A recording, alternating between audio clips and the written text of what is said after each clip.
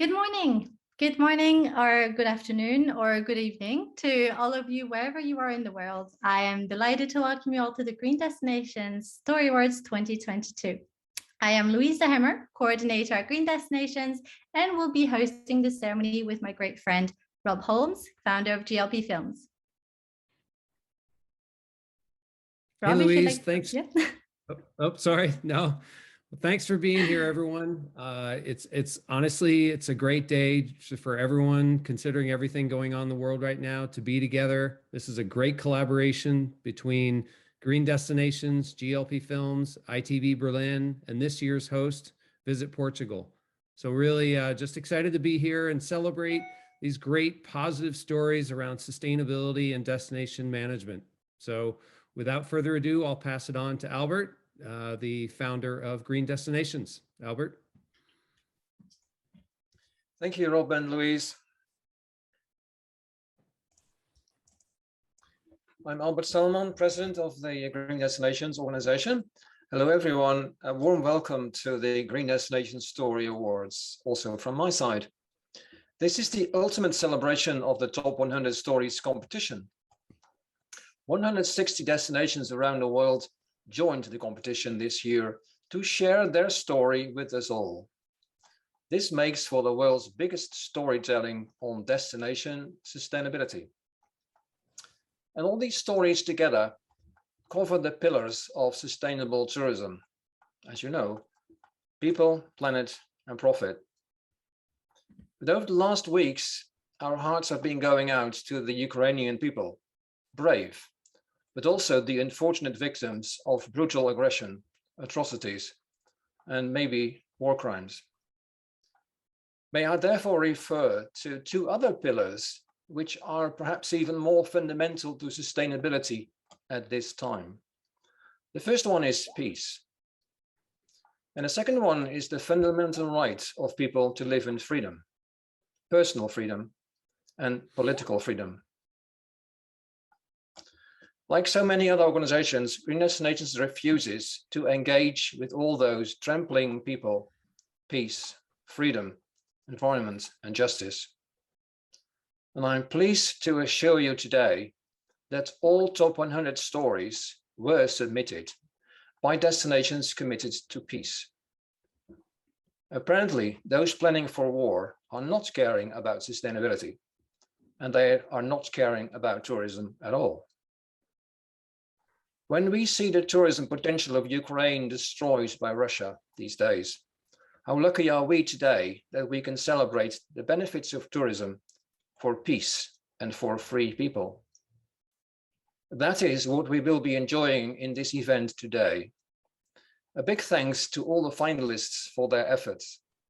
A big thanks also to the awards jury, our communication partners, and especially to our event partners, ITB Berlin, GLP Films, and Visit Portugal.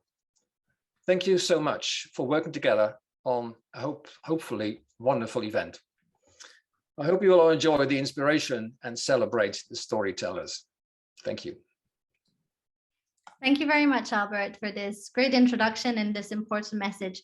It is Green Destinations' honor to put these destinations on the spotlight today in the hope that their stories and their experiences as resilient destinations will inspire others. I would now like to welcome Luis Araújo, President of Turismo de Portugal, to say a few words. Thank you, Louise, and good morning to everyone, and thank you, Albert and Rob. It's wonderful to be here, and I have to say that for Turismo de Portugal, for Visit Portugal, it's a wonderful moment to be associated with Green Destinations in these awards. We have been working hard in order to transform our tourism here in Portugal, but also in the entire world, for a better planet. We need a better planet. And we know these are very challenging moments, and it's difficult to be celebrating something when so many are suffering. But it's also during these moments and these times that we value freedom and we value peace. So thank you so much. We hope that many of the ones that applied, and the ones that we'll celebrate today will also remember and think of this value of peace and the value of freedom, because this is the industry of peace and freedom. So we're here also to celebrate that and to send a message to those that are suffering, and especially our colleagues from Visit Ukraine, that this too will pass, and we will be rejoining them and celebrating very, very soon. So thank you very much for this opportunity, and please count on us, count on Portugal to bring this message of peace and freedom, and most important, of sustainability to the rest of the world. Thank you so much.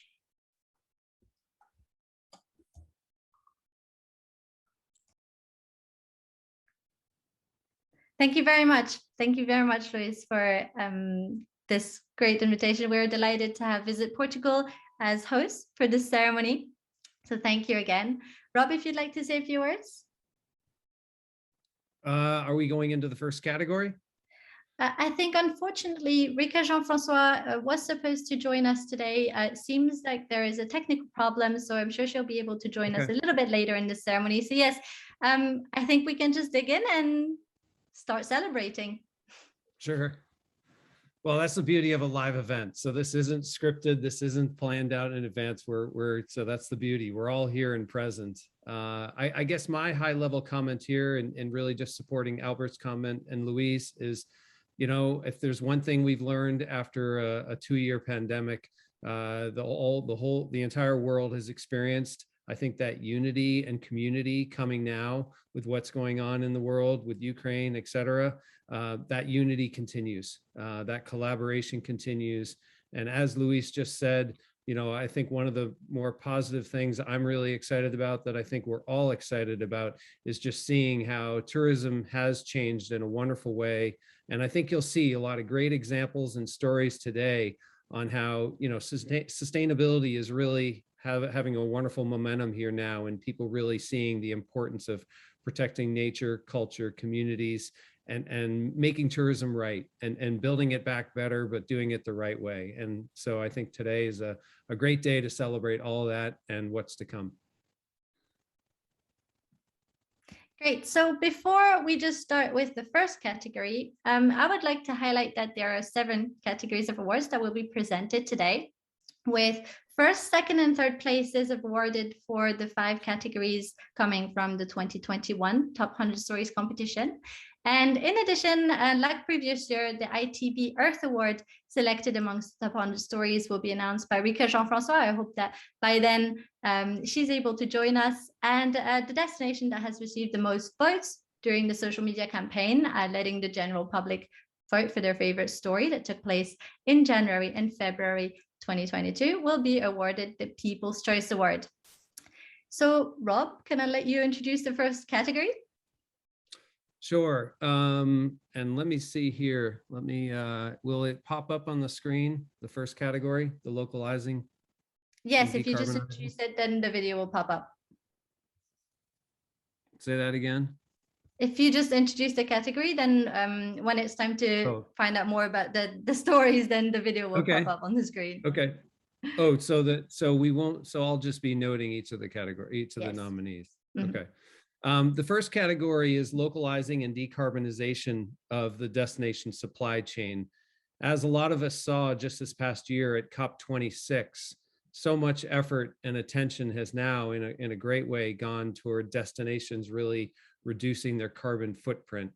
Destinations looking at, you know, becoming net zero in 2030, 2040, et cetera. And this category was actually created based on the future of tourism, some of the priorities identified in 2021. And so today we wanted to outline the nominee destinations for this category of destinations that are doing their best to protect the environment, reduce their impact on the environment, and become carbon neutral and reduce their footprint. So here are the 6 nominated destinations for the first category. They'll be, and I'll just read them off here, Parque Nacional Tinga Maria in Peru, Alberta Southwest, Crown of the Continent in Canada, the autonomous region of the Azores, Portugal, Vipava Valley in Slovenia, Himua Island in Estonia, and lastly, the city of Trebinje in Bosnia and Herzegovina.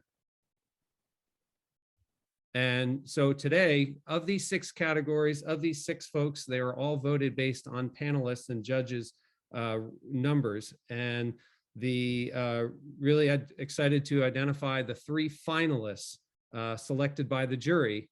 And those are Parque Nacional Tenga Maria in Peru, Alberta Southwest in Canada, and last but not least, the city of Trebinje in Bosnia and Herzegovina.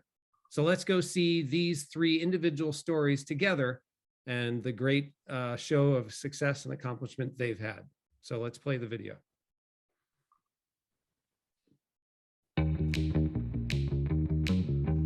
Doing transformational projects is not so much about coming up with the new ideas, but letting go of the old ones.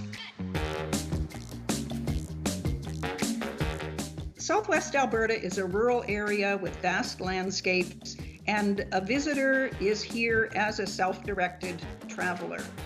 So we're looking at ways to reduce the impact, of course, of our greenhouse gas emissions. We are a renewable energy center. It is one of our key economic sectors.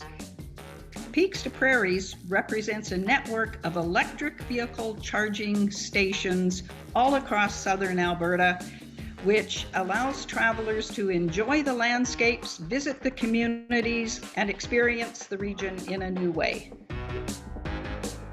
Alberta is where the prairies meet the Rocky Mountains. We have warm Chinook winds and more days of sunshine than anywhere else in Canada. So it seemed logical to put the 2 ideas together and say, can we create an attractive amenity for early adopters of the new technology? And I think to have a collaboration of people with a shared vision who were able to look ahead and think innovatively, that's what carried the project through to its conclusion.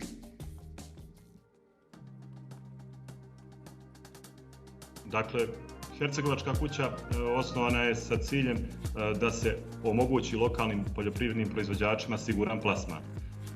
Ja ću pomenuti da su najpoznatiji med, vino, mliječni proizvodi, zatim proizvodi od ljekovitog bilja i tako dalje, zaista pregršt proizvoda. Međutim, ono što je glavni problem bio jeste da su ti proizvodi na neki način bili razuđeni po gazdinstvima, nisu bili lako dostupni turisti koji želi da dođe u posjed tog proizvoda, poljoprivrednog proizvoda, da ga proba, da osjeti miris i ukus, i upravo nas je to opredijelilo da na jednom mjestu saberemo sve te proizvode.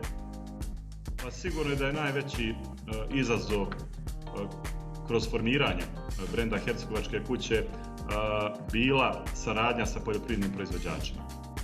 Dakle, mi smo zaista uložili velike napore da kroz stalnu komunikaciju predstavimo poljoprivrednim proizvođačima šta to zapravo znači.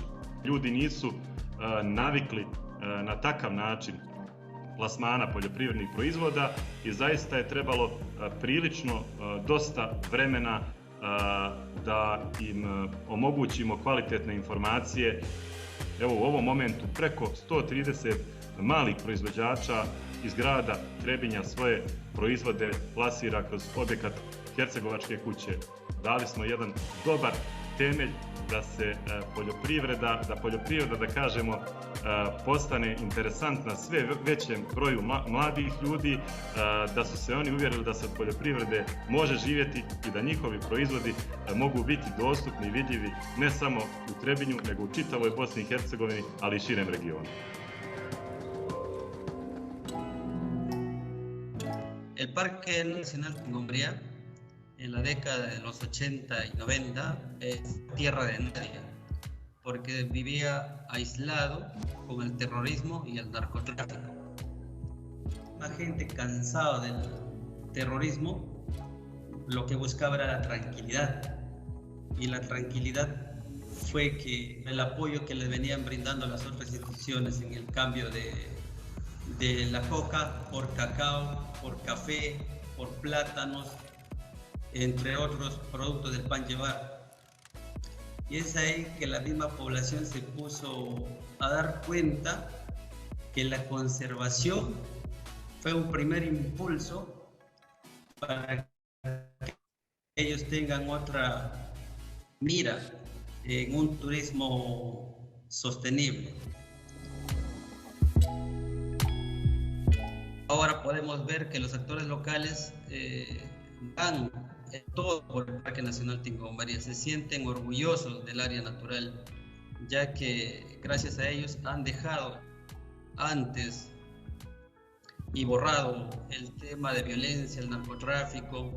Ahora pueden decir ellos mismos que a razón de este cambio ya ellos viven del turismo, y ahora ellos son los que nos dicen a nosotros mismos: yo conservo el Parque Nacional Tingo-María. Y es una satisfacción bien grande para nosotros de que día a día, estando y conviviendo con ellos para capacitarlos y motivarlos a que la conservación es lo más importante, eso se siente satisfactorio.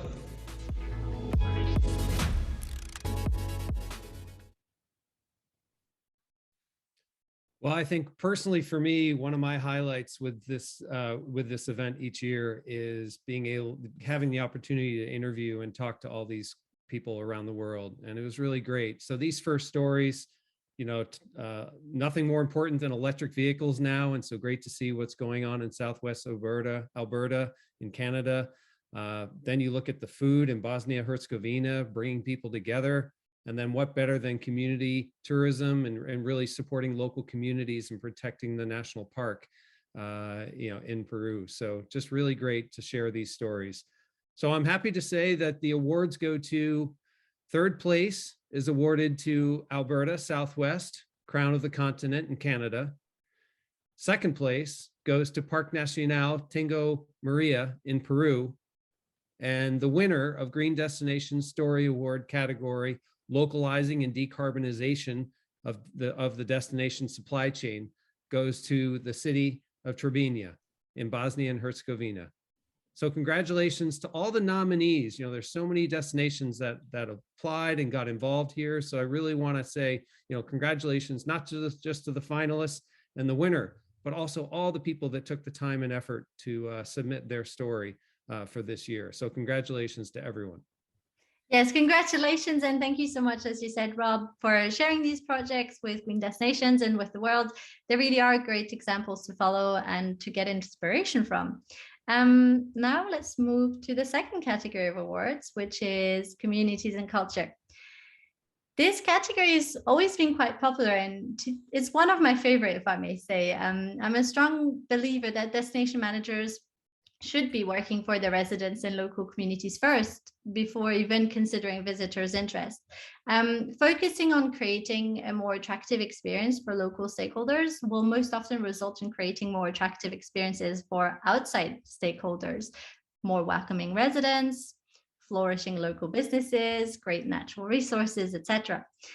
So this is becoming more and more important and relevant as visitors are seeking more authentic experiences and just want to discover new cultures and ways of life. And I am sure that our audience's travel to list is about to get bigger because there are some great stories here. The nominated destination for these categories are Futaleufu in Chile, Vail in Colorado, USA, Rewa Ecolodge in Guyana, Kamaishi in Japan, Sarima in Estonia, and Dahar destination in Tunisia. So again, congratulations to all these nominated destinations. And amongst those 6, 3 finalists selected by the jury were Dahar destination in Tunisia, Kamaishi in Japan, and Rewa Ecolodge in Guyana. So let's find out more about their story.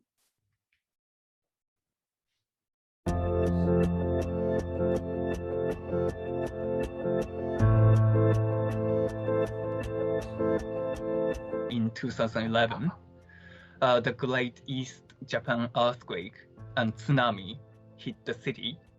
Over 1,000 lives were lost in the city, especially the coastal area, was devastated. We kind of looked for the way to recover as quickly as possible. We kind of decided on the tourism. So I'd like to introduce the concept of the Kamaishi Open Field Museum, which is a tourism concept in which the whole of Kamai City is exhibited as a museum without a roof. So using this concept, we have developed experience-based guided tours to showcase local daily life. And these days, most of Japan's local cities have been suffering from a severe population decline. So it's important to galvanize the city by promoting visitors to not only visit us, but also collaborate with us. So visitors find learning about the local people's unique ways of life to be interesting and inspiring.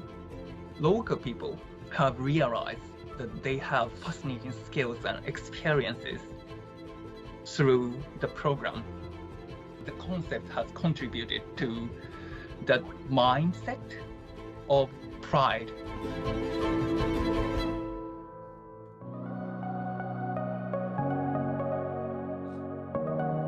I want to first let the audience know that Guyana is known as the land of giants. One of those giants is the arapaima fish.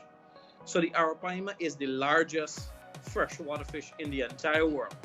Now, the community of Rewa, they have an immense population of the arapaima. Anglers want to come, and even if they don't catch it, at least they'll be able to interact with the fish or be able to view the fish.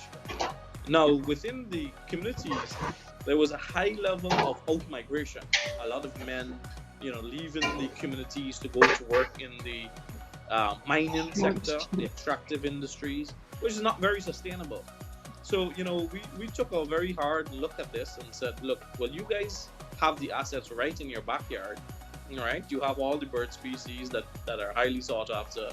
You have the world's largest freshwater fish. So why not, one, protect those species, and at the same time that you're embarking on these conservation programs, we need to strike a balance because we need to improve livelihoods within the communities. So that's where tourism strikes that very delicate balance of providing meaningful jobs, employment, income, improving standard of living, but at the same time ensuring that the fragile ecosystems are intact. And the enterprise is registered and owned by the community. The community members are exclusively employed at the enterprise. So it's 100% indigenous centric. It's very intentional to get their support and buy-in. And that has been, I think, the major success factor here.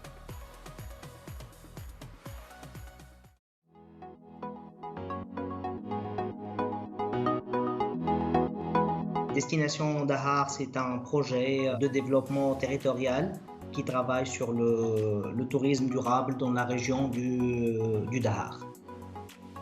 Donc notre rôle, c'est de faire le développement à travers le tourisme durable dans le sud de la Tunisie. Pendant un bon moment, le tourisme en Tunisie, c'est un tourisme de masse qui se base sur les plages, le soleil, la mer.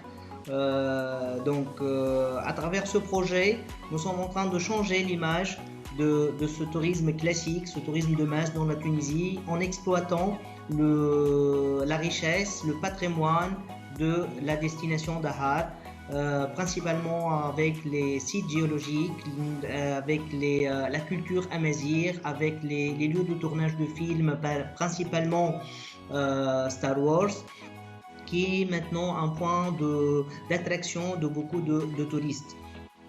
La notion du tourisme durable est toute nouvelle. Donc, le premier défi, c'est de convaincre les habitants que c'est une source de développement, que ça peut leur aider à à créer leur richesse, leur système économique. Donc on ne cherche plus la grande foule, maintenant on cherche des petites expériences, des petits groupes familiales, les groupes des amis qui favorisent plutôt la tendance mondiale vers le tourisme durable. Well, what I love about these. Oh, sorry. Go Sorry, ahead, Rob. I've just wanted to say congratulations to all these projects. It's definitely adding these destinations onto my list.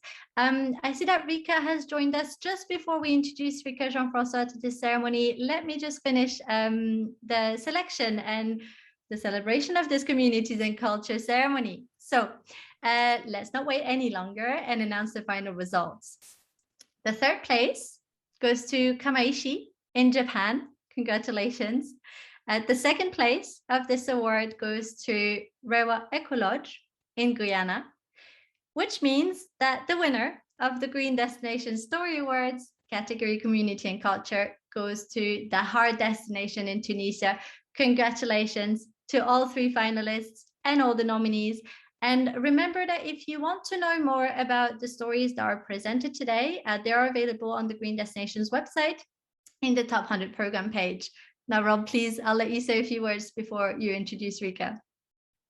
Sure. Sorry, I watched the video and got excited. So my apologies. No, it's great just to see. I mean, these are real community-led initiatives, and that's what this is all about. You know, seeing great examples, unique examples in Japan after the tsunami, and then in Guyana, and then Tunisia. I mean, it's really cool, just the diversity and uniqueness of each one of these stories. So congratulations again to all the finalists, the winner, and all the nominees. So yes, now excited to pass it over to Rika Jean-François, longtime friend. Nice to see you, Rika, and we'll let you take it from here. Yeah, so I will first of all say a big hello from Berlin. And thank you for inviting me to welcome you to the Green Destination Awards 2022. I have said this before many times. ITB Berlin is really proud to have been cooperating with the Green Destinations Awards since a long time. You know, after starting with the awards on Hall 4.1 at ITB, and then celebrating on the impressive stage at the Palais at the end, you know. But unfortunately, yeah, the pandemic hit us all, and for the third year in a row, we don't have a physical IB. We had a digital ITB convention yesterday, but it's not the same, you know. So hopefully next year again at ITB. But I truly miss the good vibes and all these happy faces, you know, of yours, of the awardees who always deserve to be honored. You know, people who had started with a tiny but brilliant idea, which became a reality due to true engagement and passion. So really inspiring examples. So yeah, if you would put all these projects together like a puzzle, they would form an amazing big picture, one can say, like emitting power. The power to make the world a better place and to work on it and use tourism as a tool for and force for good. So we often ask ourselves whether an initiative might be too small to be groundbreaking or not relevant enough, you know, to be mentioned. But I really think that each of these initiatives is important, even if not everything is perfect yet. So we need to start somewhere, and we need to acknowledge every serious attempt, as they give hope to all of us. We can actually intervene, and we can change. We can make change happen. And I think this is so important. And now more than ever, you know, as we all feel that climate change is real, we know what's happening in Australia right now, you know, and there's, this is so horrible just to think of what the climate change is already doing. And now, in the light of recent events, we all totally deeply saddened because of that we have to face a challenge like war now, but there are other wars also going on, and our heart goes out to all the wars happening on that world, because peace is the only solution, and there is no tourism without peace, and there's no life without peace. So yeah, this is really something sad, but to be more optimistic, because I don't want to be pessimistic, we need to face the reality. We need intelligent and resilient solutions. There is no time to lose anymore, but we can do it. We still can do it. We also heard that yesterday on the ITB convention, when Professor Rockström from the Potsdam Institute of Climate Change, we said we still can do it, but we have to start. You know, we don't have to lose time.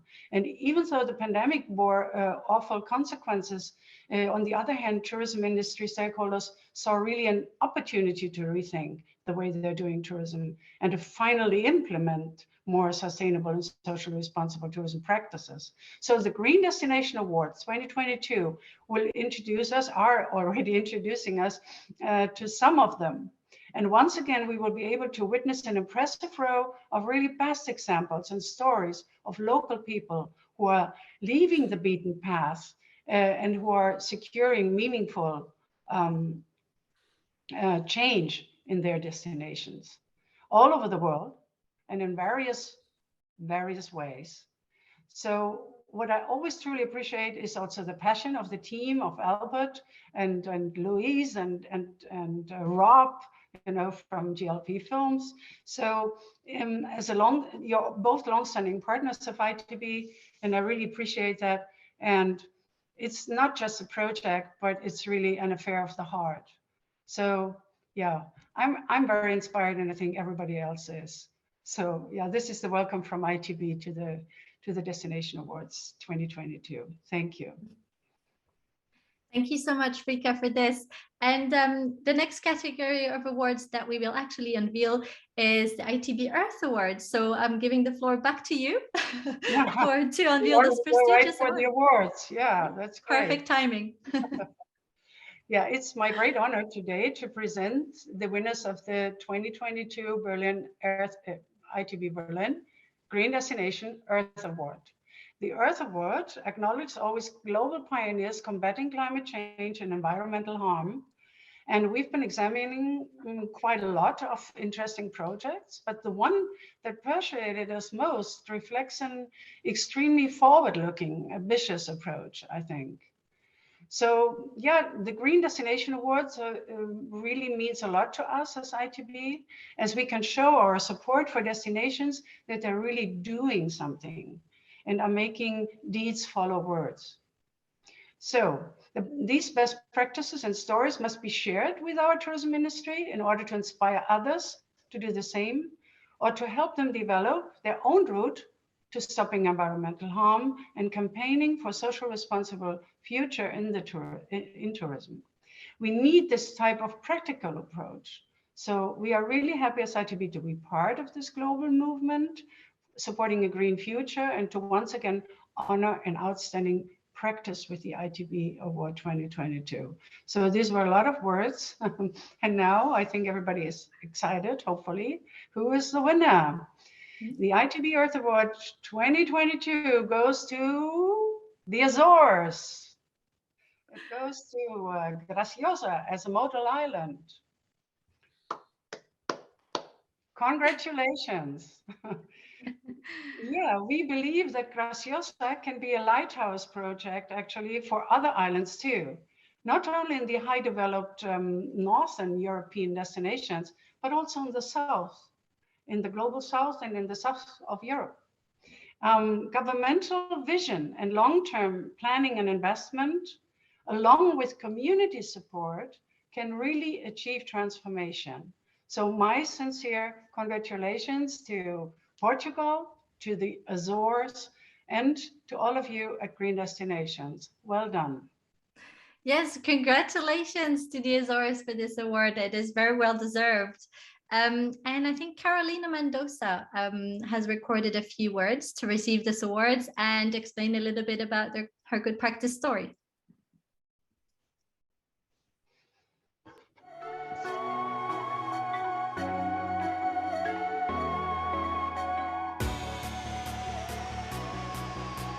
Hello, my name is Carolina. I'm the Azores DMO coordinator, and I am so pleased with this award. I would like to thank you very much, ITB Berlin and Green Destinations, for recognizing the leadership that the Azores is taking in fighting climate change. Energy efficiency is one of these projects. We have so much geothermal energy dependency, but also we depend a lot on fossil fuels. And Graciosa is one example of a project in Highland, is much more reliant on solar and wind power, with such a technology that allows the island to produce renewable energy for 24 hours.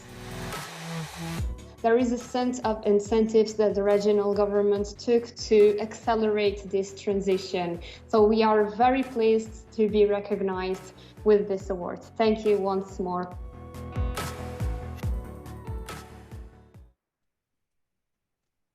Yeah, congratulations. I've been to the Azores and it's beautiful. Everybody should go. Noted. Now, Rob, I think it's time to move on to the next category, nature and ecotourism. So if you'd like to introduce it. Yep. So congratulations again, Azores, for winning the ITB Earth Award. Really great to see Carolina again. Azores won an award last year, so really nice to see them back. But yes, the third category is nature and ecotourism. Many of you know me, and I'm a huge fan of the outdoors and nature. And I will say, through the hardship of COVID over the last 2 years, if there's one real sign and of positivity that I've seen, it's really all of our appreciation for nature and the outdoors. And that spreads to tourism and ecotourism and sustainability, and now hearing so much regenerative tourism. So some really positive changes that have happened, that have come despite the challenges of the pandemic. So this third category, nature and ecotourism, we've got 6 great nominees, and they are Cardamom Tented Camp in Cambodia, the Amami Oshima Island in Japan, pardon my pronunciations here, Orleans in Brazil, Aturo Island in Timor-Leste, Reserva Nacional Pacaya Samiria in Peru. Boy, that's a long one. And then Port Douglas and Daintree in Australia. So again, thank you to all those people that, all those destinations that registered and became a nominee. And really a lot of work has gone into this. So I wanted to congratulate the 3 finalists. And those are Cardamom Tented Camp in Cambodia, Reserva Nacional Pacaya Samiria from Peru, and Aturo Island in Timor-Leste. Okay. So let's see their stories, their individual stories in this next video.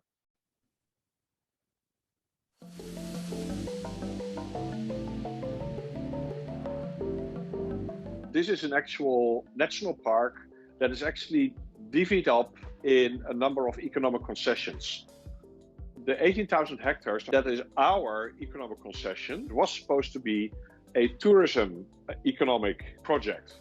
The challenge was to keep that tourism element as small as possible, because really what we wanted to do with this is conserve the nature and conserve wildlife. But we had to do some kind of a tourism project.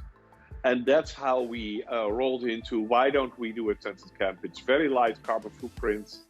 The key issue with the protected area, so we have mostly lowland rainforest. It's quite easy accessible for hunters and so on, loggers. So there was a lot of illegal logging, a lot of hunting, a lot of snares. And over the last couple of years, we more or less, well, I have to say, Wildlife Alliance more or less has eradicated completely. And we see wildlife returning at a pretty much unprecedented pace.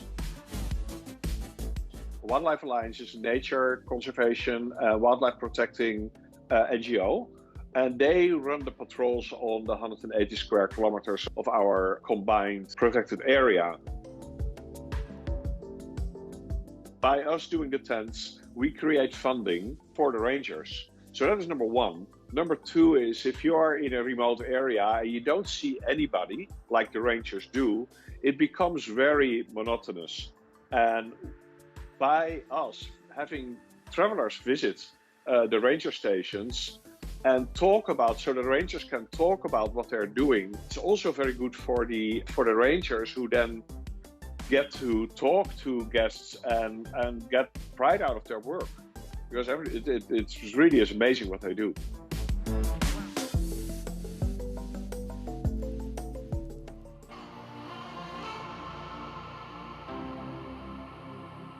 Ecotourism-based management is helpful to the people of the island, which is now people are tend to more likely to focus on marine ecotourism. It's very successful on the island because it makes less impact to the environment, impact to the natural resource. It respects the cultural value of the Atoll Island. They take people to a marine protected area.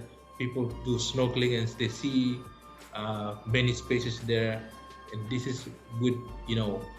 And when they go back to their homeland, they will share more their experience in Atoll Island, and then every year people may come over visiting to the island. It takes time for you to be more patient, especially the community in Atoll Island are far away from internet, far away from lack of education in terms of sustainable management issues. So this is, I would like to encourage that for those kind of community, we need to share more information, engagement, to approach more to the communities, meetings and stuff. And sometimes, you know, we spend time for doing volunteer activities with them, share with them about the sustainable management of marine resources. Since we started 2 decades, the community of Dallas see the value of ecotourism, of sustainable management. Soy especialista en turismo de la Reserva Nacional Pacaya-Samiria, más conocida como la Selva de los Espejos, porque las aguas negras de los ríos que atraviesan el área reflejan de manera como un espejo, ¿no?, la naturaleza, el bosque, los cielos. La Reserva Nacional Pacaya-Samiria es una de las áreas más grandes del país. Tiene más de 2.080.000 hectáreas que protegen un vasto bosque tropical inundable y preserva especies que solo se ven en esta zona de la Amazonía, en esta zona del mundo, como son el delfín rosado, el otoromo, las tortugas taricayas, ¿no?, y una gran variedad de aves. Uno de los mayores retos ha sido poder trabajar en la concientización de la población. El área protegida se encuentra rodeada por mucha población que usa o tiene como principal fuente de recursos para vivir el área natural protegida, por lo que trabajar con ellos el valor de conservar una especie.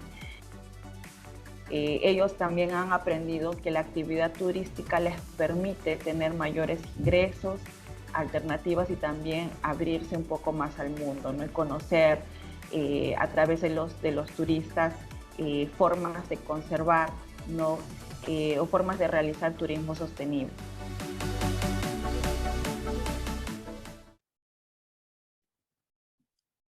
Again, love these local stories, have to say. Really great to see the diverse mix. You know, looking at anti-poaching, which is so important in forested areas of Cambodia, looking at sustainable tourism on the islands of Timor-Leste.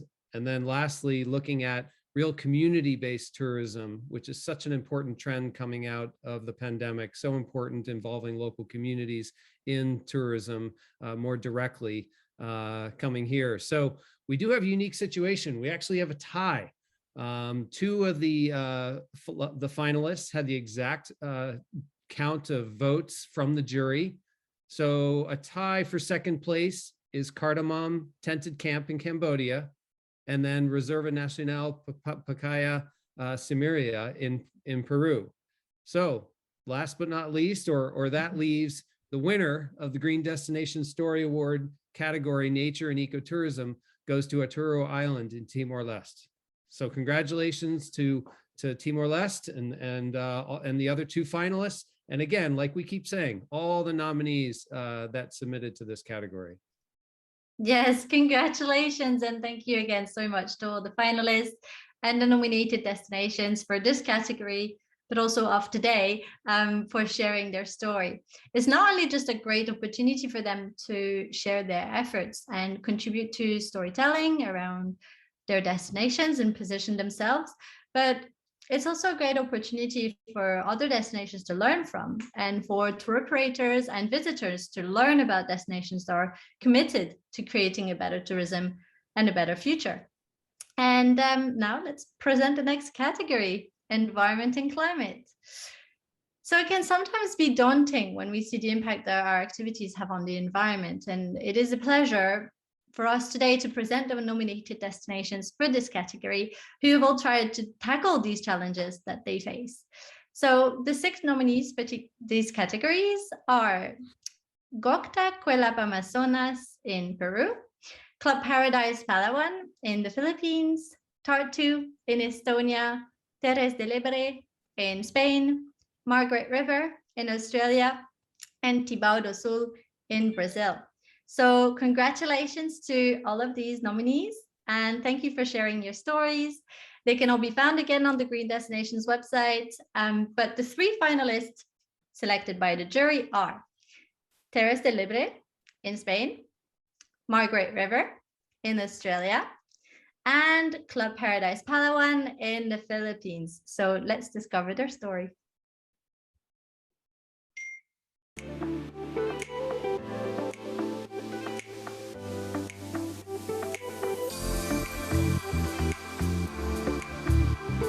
Grappling with such a big, overwhelming problem, it can be quite terrifying, and it can be quite paralysing for people to not know where to start. But really, the best thing you can do is just make a start somewhere.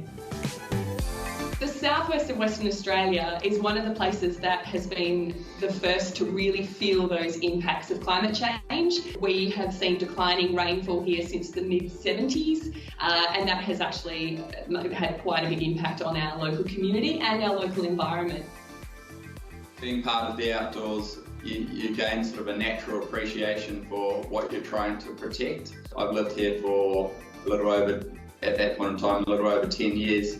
And yeah, there's definitely changes in weather patterns, decreased rainfall. You see it when you're walking along, when you see the erosion along the beaches, when you're surfing, that kind of thing. So, you know, those things you're sort of, you know, part of every single day, you're trying to protect, and you're noticing those changes at the same time.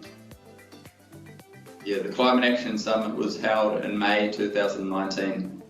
However, leading up to the event, we had numerous community consultation with a wide range of the community. We have some incredible work being done in terms of regenerative agriculture locally.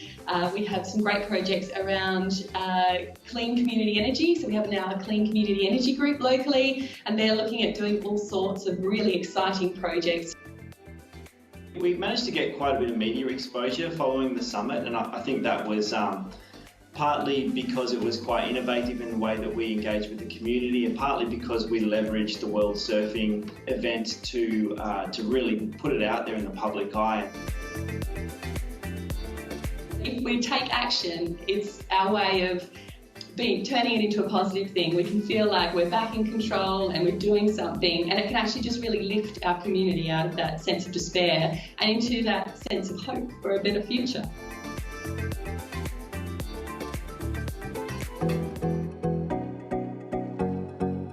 The project involved many stakeholders, and one part of it was to ask the children their opinion about beach management.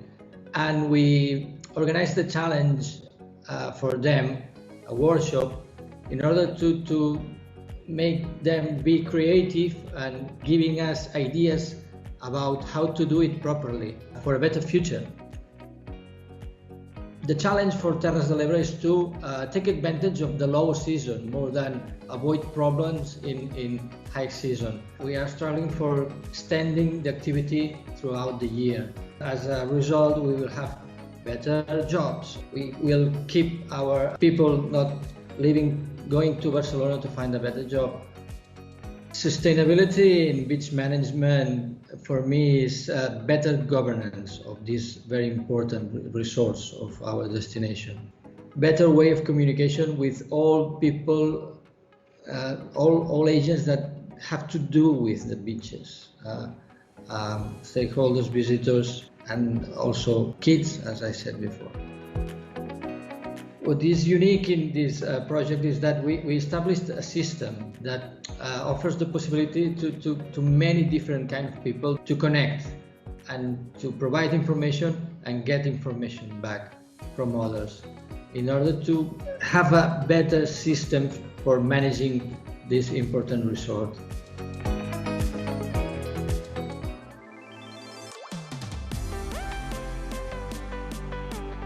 Are in an isolated island.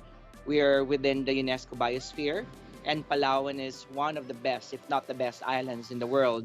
So it's just but up for us to do something to take care of the island for sustainability, because it's not just about for marketing, it's not just about to lure people to come in. It's more of like we want to create really a strong message out there that sustainability and being eco-friendly is something that has to be part of everyone's life. We're just visitors. As I always say with the guests, you can see wildlife roaming around, and they're the original inhabitants of the island. So it's just but right for us to respect their home and do something to ensure that the island will be sustained for the future generation. We're trying to give a strong message to the community around us and to the guests that we're really into it. We're really taking care of the environment, and we're doing baby steps, and one of which is managing solid waste out of the island. The most important thing that we, the resort owners and the operators, should focus on is the staff. They will be your torch bearers. First and foremost, the staff has to embrace, not only, put them on their head, but the most important thing is that they have to accept with their heart, because it's going to be a lifestyle. It's not something that, it's just a means of obligation just to comply because this is what the management wants. But I am doing this because I like doing this. I'm doing this because I'm not an employee only. I'm doing this because I am a part of the community, and I will be affected. My family is going to be affected later on. The success and the failure of this program depends on me, the man in the mirror.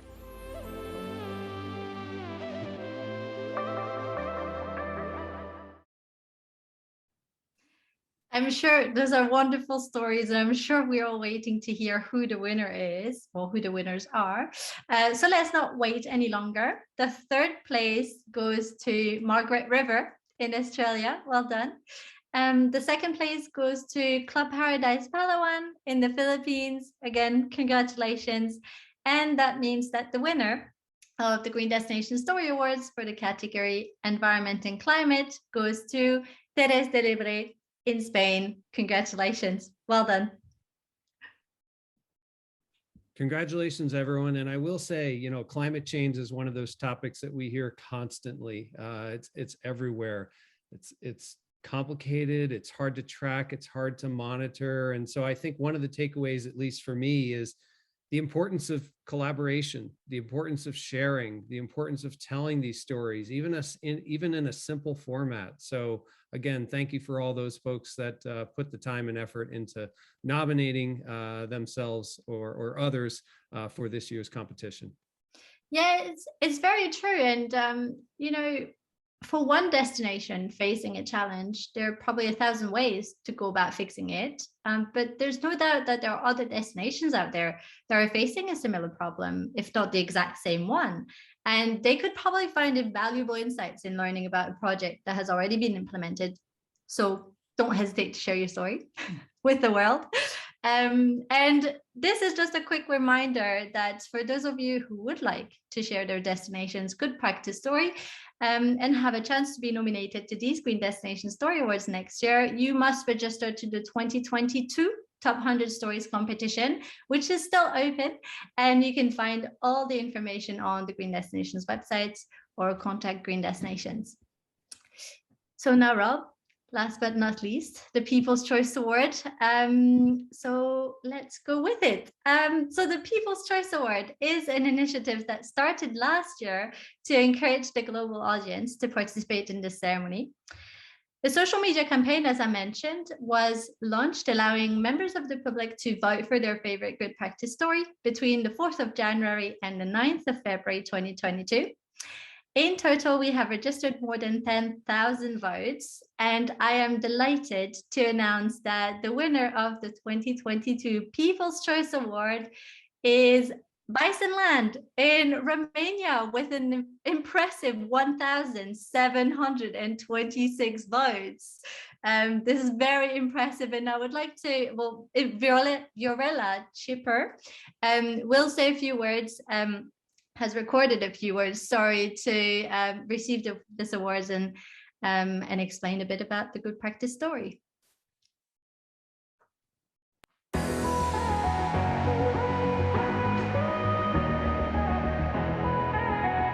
Hello, this is Viorela Chipper from Bicenland Association, representing Bicenland destination from Romania. Almost 200 years ago, the bisons were disappearing from our region. In order to bring them back, the administration started a program of rewilding. 10 years ago were released the first bisons. Nowadays, there are more than 50 bisons in the wild, and almost half of them were born in the wild. And this gives us a proof of the success of the program. Bicenland is a small destination in the northeast of Romania. Besides the fact that we are really happy to have this support, this is also a motivation for us to continue our work. Thank you for voting for us, and we are inviting you to visit Bicenland and to live the legend together with us.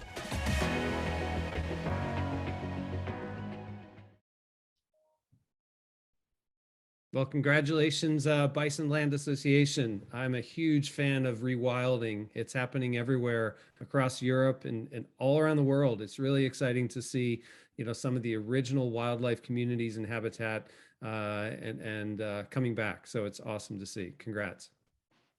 Yes, my apologies. I said last but not least, but we do have now last but not least. The last category of awards presented today, tourism reset and recovery. So reset and recovery have almost become trendy words at this point, I feel, my opinion. But I just would like to remind you all the importance of their meaning. Tourism must reset and recover, but should do so not with the aim of coming back to 2019 tourism arrivals, like we can see some destinations around the world aiming to, now that the borders are starting to reopen and regulations are starting to ease. It's absolutely vital that any restart of tourism is done in a sustainable way. And we all have a role to play in that. Destination managers should aim to influence new policies, strategic development, but tour operators and other tourism professionals can also play a role and influence decision-making. And visitors should also be mindful and can influence change with where they put their money. So we don't often think about this when selecting a destination to travel, but I think it's important to prioritize these destinations that are putting quality over quantity. And if you're not sure about where to find these destinations, you can always have a look at the Good Travel Guide, where you can find all the destinations that have committed to more sustainable tourism, being recognized for the basics of sustainability performance through the Top 100 competition, or going through more in-depth work with the Green Destinations Awards and Certification Program. Rob, I'll give you the floor to announce the nominees for our last category. Yeah, so what makes this is really exciting because of our host Visit Portugal. We actually have 3 destinations are in this category as nominees, and those are Nazaré, Alto Minho, and Sintra. So again, all of these are 3 destinations in Portugal. The other nominees are Tabo in Brazil, Colca Canyon, Arequipa in Peru, and last but not least, Rapa Nui in Chile. And so ultimately, the jury members selected the 3 destinations as finalists were Nazaré in Portugal, Colca Canyon, Arequipa in Peru, and Rapa Nui in Chile. So let's see, as our last category for this year's Green Destination Story Awards, let's see this last video showcasing each of these 3 finalists.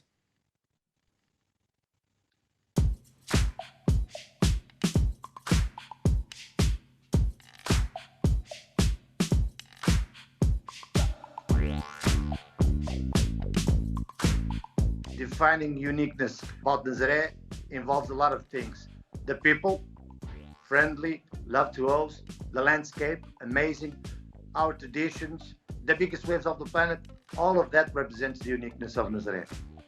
We are glad to say that the big waves, which happen only in winter time from October to March, not only fill up the village during those times, but also bring more people to our high season, which is summer.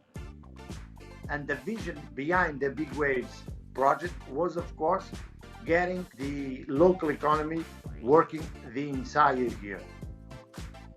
That's the main challenge, and that's the focus that we had with the development of this project, making sure that all of our people working in tourism having a solid base of clients during the entire year. Communication was a pivotal element in order to make sure that we got Nazaré to the stand or to the position of a global brand. And that has been quite successful for the village, for their businessmen, for the people, which is a quite friendly people that love to host and love to entertain whoever wants to visit us and show them our culture. And as I've said, sir, has allowed us to have not a couple of months of high season, but to have tourism between 10 to 11 months a year.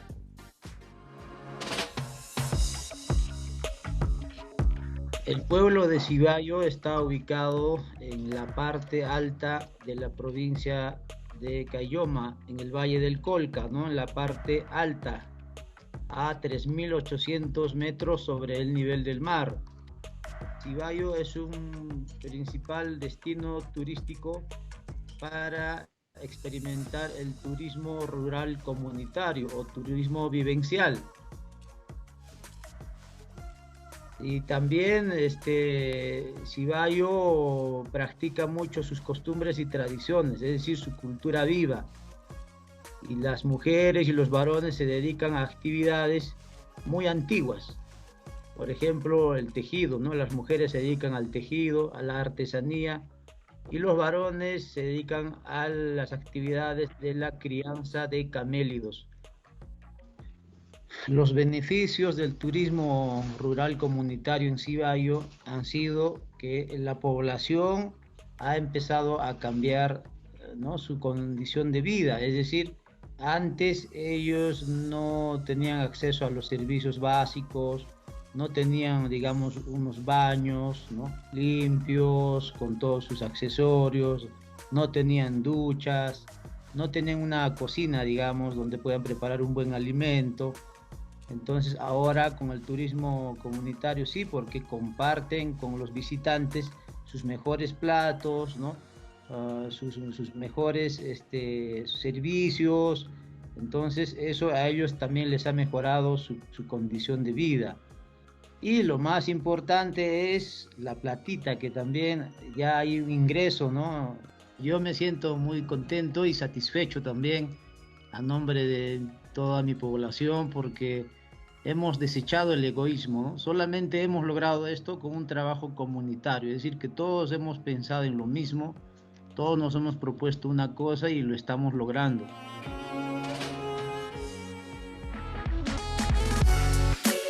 La isla en Rapa Nui es mágica, es difícil de explicar a otra persona que nunca ha ido cómo es la vida ahí. Desde el comienzo de la pandemia generó un gran cambio a lo que fue a nivel de la isla. Antiguamente se recibía una cantidad enorme de visitantes, estamos hablando de más de 150.000, y a través de diversos financiamientos estatales del gobierno de Chile se pudo lograr una contratación de 800 personas trabajando para el municipio, lo que generó una ayuda económica importante debido a que esta se encontraba completamente cerrada, que permitió de cierta forma trabajar como lo que se le conoce como la economía circular. Esta lejanía también nos ha entregado a nosotros esta herencia cultural, ya sea de el baile, el canto, nuestra lengua. Antes era como más turístico, por decirlo así, que de la gente local. Entonces hoy en día tú puedes disfrutar de estos espacios y aprender cosas que antes no las hacías porque el ritmo de la vida, el turismo era muy rápido. Todos los días entraba y salía gente, era una locura.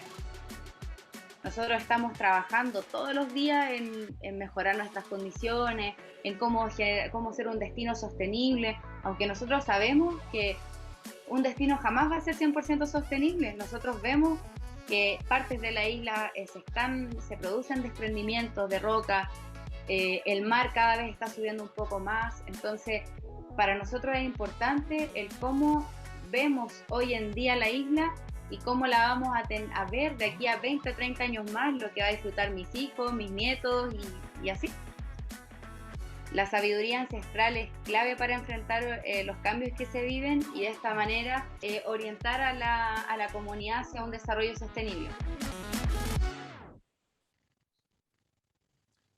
Well, I'll definitely say coming out of the pandemic too, the unique experience it provided destinations like Rapa Nui, having just seen their story, it's amazing. You know, they're cut off, no tourists coming.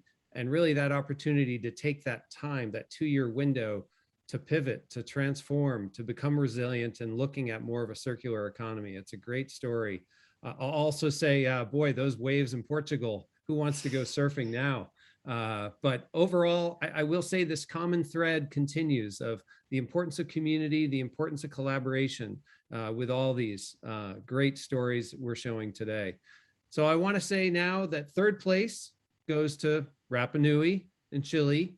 Congratulations to everyone. Second place goes to Nazaré in Portugal. And last but not least, this means that the winner of the Green Destination Story Award category, Tourism Reset and Recovery, goes to Colca Canyon, Arequipa in Peru. So congratulations to Peru, to Portugal, to Chile, and again, everyone else that was involved. Yes, congratulations indeed. It was such an honor for us to present you with these inspiring good practice stories. And again, a quick reminder that you can read the full stories on the Green Destinations website, and we encourage you to share them with your networks. The only way that we can really make an impact and create change that we need is by working together, as you just said, collaboration. So we thank each and every destination from the 2021 Top 100 Stories competition for submitting their story, and congratulate all nominees and winners today. Well done to all of you. We look forward to hearing about further developments of your projects. I know we are hosting this ceremony virtually today, but I really think that they all deserve a round of applause. So we can't hear you all, but please, let's just give them a round of applause. They truly deserve it, you know. Hopefully next year we can actually applaud the winners, Rika at ITB Berlin, fingers crossed. So should you share these stories on social media, don't hesitate to tag Green Destinations, GLP Films, ITB Berlin, Visit Portugal, our great host today. We'd love to engage with your content, and don't hesitate to look into the 2022 Top 100 Stories competition for those of you who know of a story that should be shared with the world and would deserve one of these awards, maybe. And finally, thank you very much to all the partners involved in the creation of this event. It has been a real pleasure working with you. A special thank you to Visit Portugal for joining us today and hosting this ceremony. It's truly been an honor. And another special thank you to GLP Films for creating all the videos that you've watched today. This ceremony would really not be the same without them. So, Rob, if you'd like to say a few words for closing this ceremony. Sure. Well, I would say, first and foremost, thank you to everyone for joining us today. We're all busy. It's a turbulent world out there, and I hope you come out of this being inspired. I think if there's a couple themes I would say from this year's event is the importance of sustainability, the importance of regenerative, really looking forward, this sort of build back better. How do we make tourism better to help local communities, the environment, culture, all the variables and aspects of tourism that we all love, you know? And like Louise said earlier, let's not go back to the way tourism was in 2019 and before. We saw some of those challenges. Tourism has changed, it needs to change, and travelers want it to change. So I hope you really enjoyed these powerful stories, positive stories out there. And also just on the theme of positivity, we will be launching just over the coming weeks and months, a whole series of videos really celebrating the future of tourism and where things are going. So again, thank you. It was great, Albert and Louise and the rest of your team at Green Destinations to work together this year. Great to see you, Rika, with ITB Berlin, and having Visit Portugal get involved. So it was really quite an honor on our end, and we're really hope everyone enjoyed it, and have a great rest of your day. And Albert. Albert, you're muted. Sorry. Thank you. Thank you, Rob and Louise, for running the ceremony in a great way, in a bright way.